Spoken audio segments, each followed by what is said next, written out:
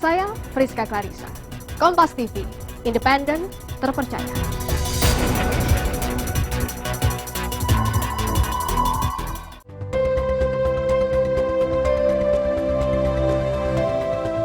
Penemuan kita tuh ada mimpi dan visi ditanam di dalam Stadion Utama GBK yang kita pakai sebagai basis logonya. Karena saat itu tidak ada stadion di dunia yang ada atap ya. Barangkali peran Indonesia secara pemerintahan tidak cukup dana untuk membackup berdirinya Gelora Bung Karno. Bahkan terjadi semacam ketegangan antara Bung Karno dengan Bung Hatta untuk kasus ini. Kita didukung, jadi kalau kita mainnya nggak semangat ya malu ya toh. Nah itu kita bisa menang ya karena itu.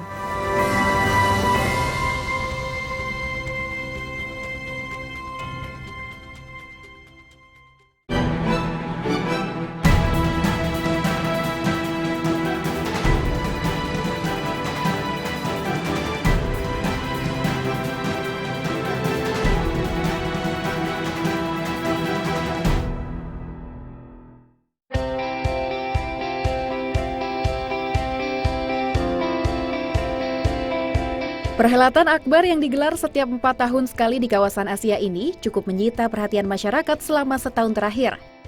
Demi mewujudkan pesta olahraga internasional, ibu kota berpenduduk sekitar 10 juta jiwa ini mengubah wajahnya. Selain Jakarta, Kota Palembang turut berpartisipasi dalam ajang Asian Games 2018. Presiden Joko Widodo beserta jajarannya bahu-membahu mempersiapkan fasilitas-fasilitas umum dan olahraga untuk kelancaran Asian Games 2018. Tak tanggung-tanggung, Asian Games 2018 kali ini menghabiskan biaya fantastis hingga triliunan. Erick Thohir, selaku Ketua Indonesian Asian Games 2018 Organizing Committee atau INASGOC menyatakan, efisiensi dana sudah dilakukan hingga 2,5 triliun rupiah. Meskipun kegiatan Asian Games Indonesia meningkat 20% dari Asian Games sebelumnya di Korea Selatan. Apalagi kalau kita ingat, dari 8,7 triliun yang awalnya diajukan, itu kan di luar pajak. Sekarang itu kan 7 triliun berikut pajak.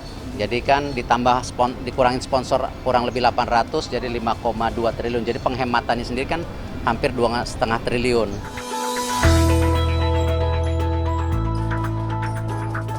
Untuk mempromosikan Asian Games 2018, sejumlah acara digelar oleh pemerintah DKI Jakarta seperti fun run hingga karnaval untuk menambah antusiasme warga ibu kota. Dan kehausan warga Jakarta akan atraksi kemeriahan yang begitu semarak mengisi relung-relung jiwa warga Jakarta agar mereka mencintai kebudayaan kesenian. Dan tadi kita juga memastikan demam Asian Games sudah mulai terasa.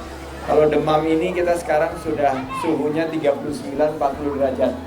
Kita siap menghadapi Asian Games dan Jakarta is open for all participants of Asian Games 2018. Ya, demam Asian Games sudah ada di mana-mana. Tidak saja warganya yang bersiap, jalan-jalan protokol pun ikut dihiasi dengan logo serta maskot Asian Games 2018. Logo Asian Games 2018 merupakan tata ilustrasi berupa gambar matahari di tengah yang menyimbolkan Energy of Asia. Matahari adalah sumber energi dari 8 jalur ke seluruh Asia dan dunia melalui Asian Games.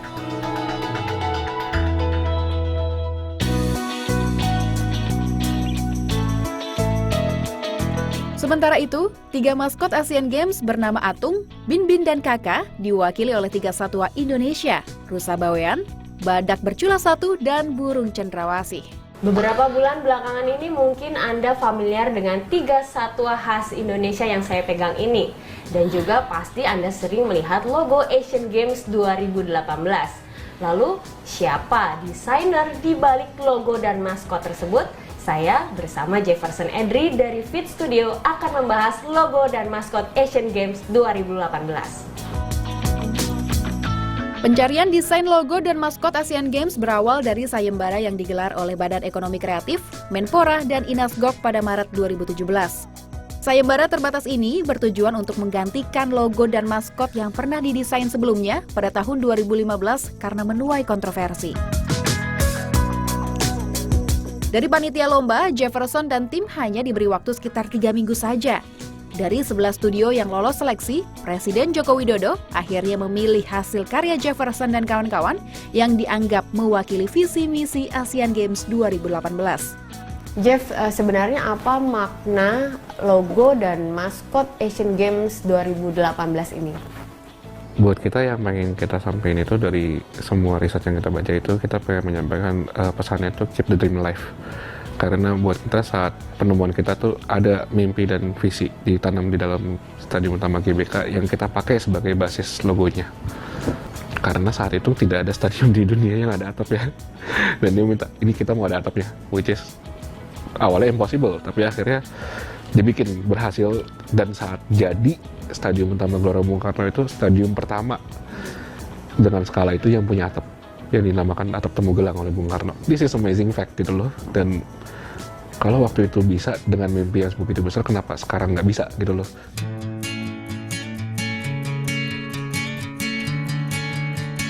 Dari waktu ke waktu, logo dan maskot Asian Games merepresentasikan filosofi yang terkandung di dalamnya dan membawa makna tersendiri bagi sang tuan rumah penyelenggara kepada dunia internasional.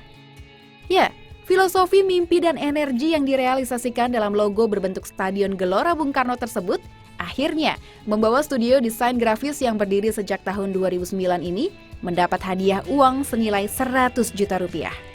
Baik Jeff, di tangan saya ini sudah ada 3 satwa khas Indonesia. Mungkin ada alasan sendiri kenapa Jeff dan tim memilih 3 satwa ini? Karena yang pengen kita sampaikan dari sistem maskot itu adalah keberagaman. Dan kebetulan sekali negara kita punya semboyan Bhinneka Tunggal Ika yang 3 kata, jadi kita pengen, oh iya bisa 3 hewan. Dan sebisa mungkin kita memilih hewan yang dari Sabang sampai Merauke, jadi merepresentasikan Indonesia secara keseluruhan. Ya, tentunya harapannya ya bahwa acara ini bisa berlangsung sukses dan bisa menempatkan negara kita sebagai tuan rumah yang baik buat acara skala internasional seperti ini. Inilah si burung cendrawasih bernama Bin Bin. Dibalut dengan warna kuning serta rompi batik motif asmat, burung khas Papua ini merepresentasikan strategi. Lalu ada Atung, sang rusa bawean yang mengenakan sarung dengan batik motif Betawi Jakarta yang mewakili energi kecepatan. Dan terakhir, ada badak bercula satu bernama Kaka yang memiliki logo matahari atau logo Asian Games di dadanya. Badak Jawa ini memakai pakaian tradisional dengan motif khas bunga Palembang dan merepresentasikan kekuatan.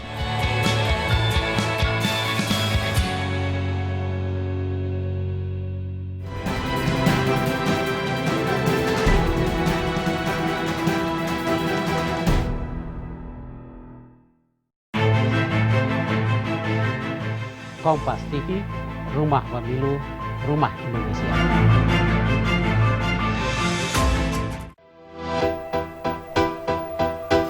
Inilah kami, tanpa batasan ruang, bersama menjawab peluang untuk melihat galaksi hingga bermain dengan bakteri dan membaginya kepada dunia.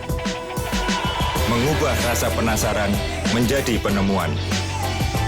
Bersama internet cepat tak terbatas, tak ada lagi batasan untuk jadi penggagas masa depan.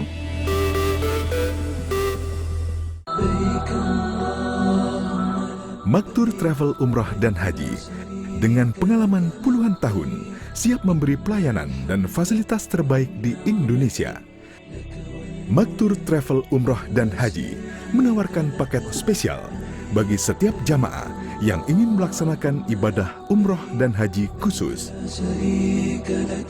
Maktur Travel Umroh dan Haji, jembatan Anda menuju Baitullah.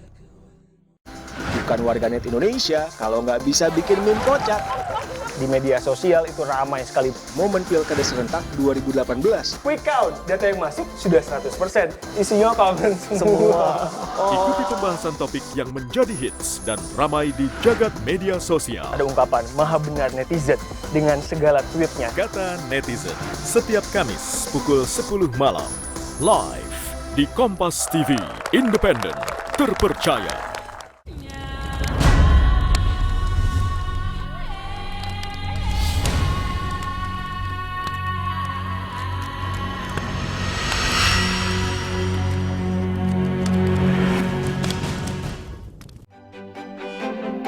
Bingar-bingar pemilu 2019 semakin riuh terdengar.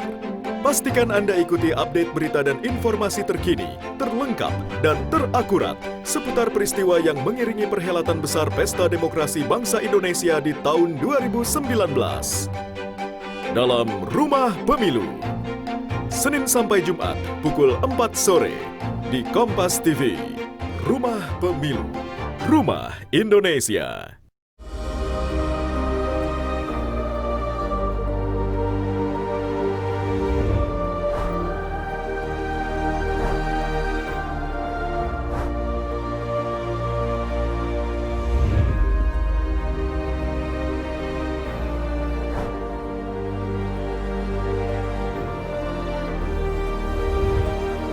Bully, hentikan sekarang juga.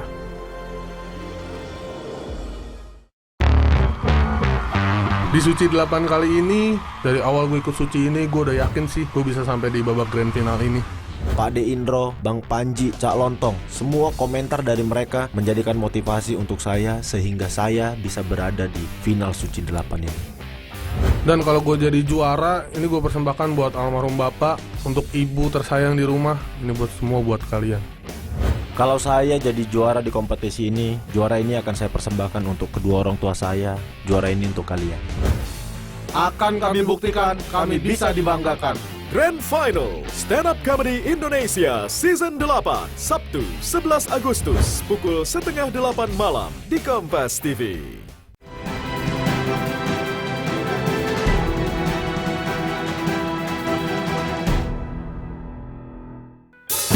Proses pembangunan Stadion Gelora Bung Karno adalah jawaban atas tantangan Indonesia menjadi tuan rumah Asian Games di tahun 62. Meski dilanda krisis ekonomi di tahun 60-an, proses pembangunan stadion berkapasitas 80.000 penonton ini tetap berjalan. Tak hanya itu, pembangunan Stadion GBK pun menuai kontroversi. 58 tahun silam, demi berdirinya Stadion Gelora Bung Karno, sejumlah kawasan tengah kota menjadi incaran untuk relokasi. Di antaranya, kawasan Tamrin dan Menteng Jakarta Pusat. Kawasan lain seperti Karet, Pejompongan, Duku Atas, Bendungan Hilir Jakarta Pusat, dan Rawamangun Jakarta Timur juga sempat menjadi usulan. Namun, arsitek ternama Fredrik Silaban sebagai ketua seksi perancangan kala itu tidak merekomendasikan beberapa kawasan tersebut karena rawan banjir dan diprediksi akan menimbulkan kemacetan. Diskusi antara arsitek dan pemberi tugas itu menjadi hal yang biasa, terutama dalam pemilihan lokasi yang ideal. Sebuah stadion utama dalam suatu negara tentu memerlukan pemilihan yang cermat. Dan ketika pemilihan lokasi itu oleh Bung Karno ditujukan di tengah kota, Pak Silaban memberikan satu argumentasi yang bisa diterima dan akhirnya beliau berdua mencari lokasi yang ideal pada saat itu. Ditemukanlah satu lokasi melalui sebuah helikopter di daerah kawasan Senayan yang waktu itu masih sangat hijau. Nah, akhirnya dibutuhkan sekitar 500 hektar. Sebagai konsekuensinya memang harus merelokasi kampung itu. Dan penduduk-penduduk direlokasi di sekitar Tebet dan Condet. Ya, Fredrik Silaban yang selama ini dikenal sebagai tokoh arsitek di balik pembangunan Gelora Bung Karno, hanya sebagai ketua seksi perancangan dan konsultan yang berperan sebagai penyambung antara Soekarno dan tim perancang dari Uni Soviet. Menurut peneliti sejarah Gelora Bung Karno, Robin Hartanto, ide rancangan stadion yang bertema atap temu gelang terinspirasi dari kunjungan Soekarno ke beberapa negara, yaitu Meksiko, Brazil, dan Uni Soviet. Yang kita nggak bisa trace adalah bagaimana perancang di Uni Soviet sebenarnya inspirasi dari mereka gitu. Orang Soviet sering menyebut GBK sebagai Luchniki-nya Jakarta, karena di Moskow ada satu stadion yang namanya Luchniki, yang memang kalau sering disebut sebagai kayak saudaranya GBK, tapi secara desain kalau saya lihat sih tidak terlalu mirip gitu. Malah yang saya lihat paling mirip sebetulnya kalau melihat di Brazil ada yang namanya Maracanã Stadium, kapasitasnya juga di atas 100.000. Sementara itu, Yuke Ardiati, arsitek dan peneliti sejarah Bung Karno, memiliki pandangan berbeda mengenai rancangan Gelora Bung Karno yang justru lahir dari originalitas Presiden Soekarno. Kalau kita perhatikan Stadion Luzhniki yang di Moskow pada tahun 56 itu sebuah bangunan gedung stadion utama yang dirancang dengan menggunakan sistem duduk secara melingkar. Bung Karno sangat terkesan terhadap desain itu, sehingga teknisi Moskow berusaha merancang dengan konsep dasar bentuk melingkar itu. Tapi akhirnya belakangan Bung Karno mengatakan bahwa ingin konsep itu mengandung arti temu gelang, dan itu sebagai sebuah rancangan originalitas karya Soekarno.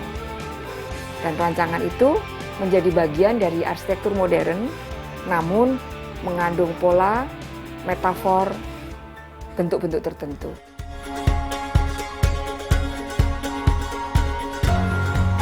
Tak bisa dipungkiri, di era tahun 60, Indonesia yang saat itu mengalami kesulitan ekonomi membutuhkan bantuan dari Uni Soviet. Bantuan pinjaman sebesar 12,5 juta US dollar Amerika akhirnya diperoleh pada akhir Desember 1958. Berbagai pihak bahkan tidak menyetujui pembangunan megah stadion ini. Barangkali peran Indonesia secara pemerintahan tidak cukup dana untuk membackup berdirinya Gelora Bung Karno. Bahkan terjadi semacam ketegangan antara Bung Karno dengan Bung Hatta untuk kasus ini. Bung Hatta ingin melakukan satu kehati-hatian, sementara Bung Karno menginginkan kesempatan ini untuk dipandang sebagai nation pride. Sehingga dana yang diperoleh dari Uni Soviet itu dilaksanakan untuk melakukan pembangunan Gelora Bung Karno. Penghormatan pemancangannya diberikan kepada tamu agung kita, Nikita Khrushchev. Atas nama Nation Pride, Presiden Soekarno bersikukuh membangun Stadion Kebanggaan Negeri.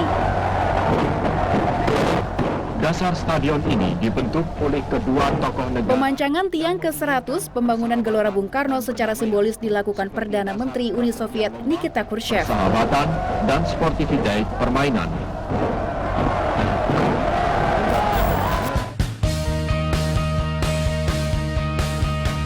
Pembangunan Gelora Bung Karno terus dipercepat untuk menyambut Asian Games ke-4.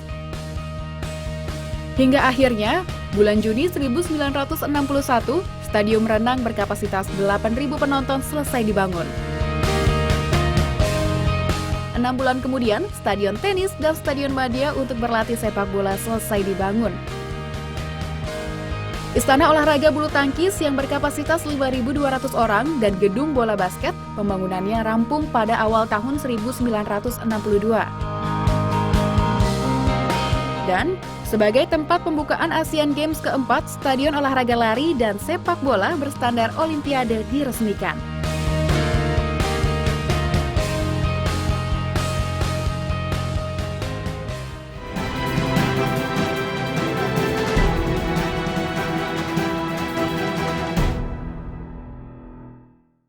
Selamat pagi, ini Sapa Indonesia, saya Bayu Sutiono. Dan saya Glory Oyong. Dan saya Timothy Marbun. Hari ini menikmati sajian informasi tidak harus dengan mengerutkan Saya dahi. sudah bersama narasumber kami untuk ngobrol-ngobrol. Ini ada mobil yang sangat berbeda kalau dilihat. Saya pikir itu tadi hanya animasi. Oh, ini luar biasa. Tingkatkan kualitas pagi hari dengan ragam pernik bernilai dalam Sapa Indonesia Pagi. Setiap hari pukul 7 pagi, live di Kompas TV, independen, terpercaya. Cepat, itu penting. Kalau sakit kepala, aku mau cepat sehat kembali. Bodrex, dengan tablet berlapis ganda. Cepat bereaksi atasi sakit kepala. Bodrex, untuk generasi reaksi cepat.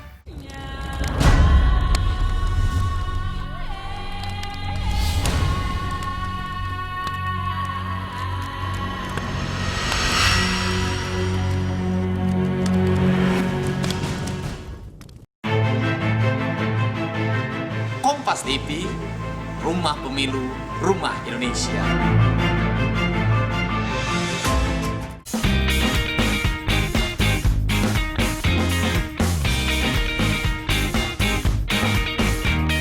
spesial banget mulai 13 Agustus. Senin sampai Jumat pukul 10 pagi di Kompas TV.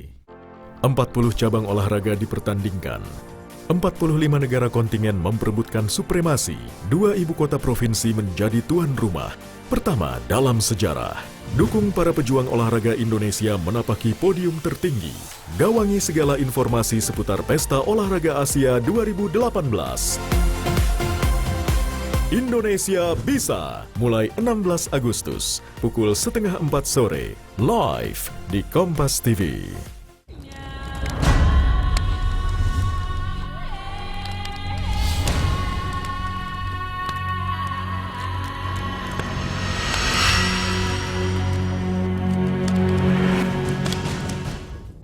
(1955) Pemilu pertama di Indonesia menyertakan 172 partai politik. Dibagi dalam 2 tahap. Tahap pertama, 29 September 1955, memilih anggota DPR.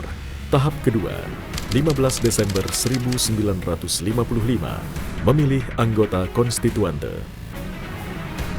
Kompas TV, independen, terpercaya.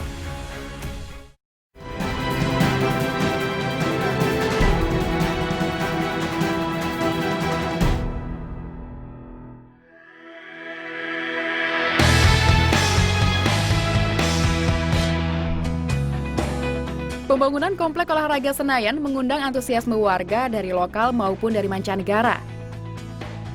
Di atas lahan seluas 136 hektar, kemegahan Gelora Bung Karno berdiri kokoh. Melalui proses berliku, selama 4 tahun, stadion berkapasitas 100.000 orang ini diresmikan pada 24 Agustus 1962. Peresmian Gelora Bung Karno sekaligus pembukaan Asian Games keempat disaksikan ratusan ribu orang. Mengucap Bismillah, saya menyatakan Asian Games keempat tahun 1962 di Jakarta terbuka.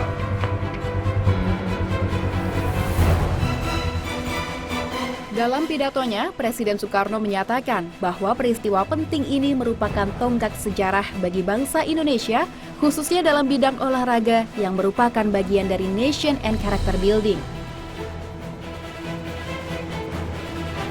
Perjuangan Indonesia belum berakhir. Para atlet yang bertanding bertempur hingga tetes darah terakhir demi nama bangsa.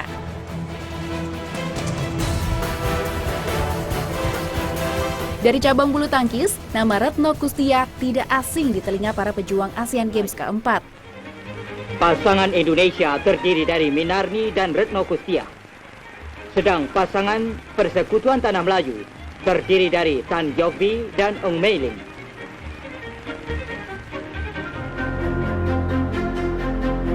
Umurnya kala itu masih 20 tahun. Namun, tubuhnya yang kecil nan lincah tidak menyurutkan Retno bersama rekan seperjuangannya Minarni Sudaryanto menaklukkan Malaysia di partai final kejuaraan ganda putri.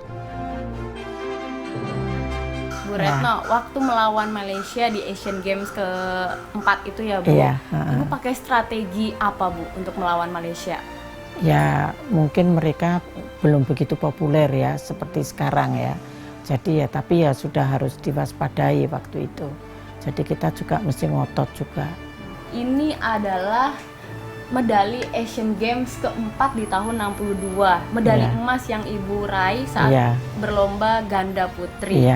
Lalu Bu, waktu Ibu dikalungkan medali ini, Ibu ditonton oleh ribuan penonton orang Indonesia. Apa rasa haru yang Ibu rasakan? Ya rasa bangga. Senang sekali, kebetulan kita kan main di Indonesia, penontonnya banyak orang Indonesia, kita didukung. Jadi kalau kita mainnya nggak semangat ya malu ya toh. Nah itu kita bisa menang ya karena itu. Selain medali emas, Retno berkesempatan bertemu Presiden Soekarno. Bahkan, ia bersama Minarni mendapat hadiah tiket nonton serta tiket kereta api gratis selama setahun dan sebuah televisi. Ya waktu dulu kan 6 inch, 60 inch kalau nggak salah ya, hitam putih lagi. Tapi ya udah seneng daripada nggak dapat ya toh. Retno yang kini berumur 76 tahun mengingat bagaimana keterbatasan fasilitas olahraga untuk berlatih tidak membuatnya patah semangat. Sebaliknya, gelar All England, Uber, Singapura terbuka, Selandia Baru terbuka telah diraihnya. Dulu ya kita kalau mau latihan kadang-kadang naik bis kota dari Megaria, lari-lari cari bis ya kan. Kalau sekarang kan kita sudah ada tempat ya, atau enak sekarang lebih nyaman lah. Maka itu kalau kita sekarang nggak prestasi ya keterlaluan, sayang lah. Setelah bermain bulu tangkis sebagai atlet, peraih bintang jasa utama tahun 2010 ini juga melatih atlet-atlet bulu tangkis seperti Susi Susanti, Mia Audina, Gracia Poli, Hendra Setiawan, dan masih banyak lagi atlet-atlet berprestasi yang mengharumkan nama bangsa. Asian Games keempat di tahun 62 diikuti oleh 17 negara dengan 13 cabang olahraga dan diperkirakan ada 1.740 peserta. Sementara itu di tahun 2018 kali ini diikuti oleh 45 negara dengan 40 cabang olahraga dan diperkirakan ada 16.000 peserta. Setelah Asian Games keempat 62 digelar, Indonesia keluar dari Komite Olimpiade Internasional di tahun 63 dan membentuk Ganevo. Ini adalah protes dari Presiden Soekarno atas adanya Blok Barat dan Blok Timur yang terjadi di Perang Dunia Kedua. Saya menyatakan Soekarno di pidatonya bilang bahwa olahraga itu bagian penting dari nation building, bagian penting dari itu memupuk semangat nasionalisme gitu. Makanya dia selalu melihat olahraga itu bukan hanya sampingan gitu, dia adalah bagian penting dari politik negara, politik bangsa gitu. Oleh karena itu ya dia harus dikerjakan dengan baik gitu, dan bukan cuma atlet, bahkan ditekankan bukan cuma atlet yang berperan penting dalam olahraga itu sendiri, tapi orang-orang yang membangun stadion, tukang-tukang itu adalah bagian penting dari sejarah bangsa. Indonesia kini bersiap menghadapi era baru dalam kancah olahraga internasional. Atlet-atlet muda berprestasi siap bertempur untuk mengharumkan nama bangsa. Suksesnya Asian Games 2018 tentunya bukan untuk satu golongan saja, namun harapan seluruh masyarakat Indonesia.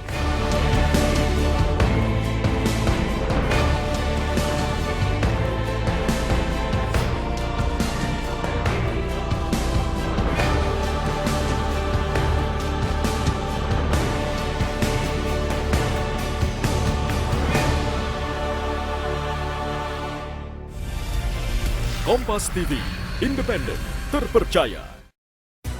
Saya Feliciano Haryanto, Kompas TV,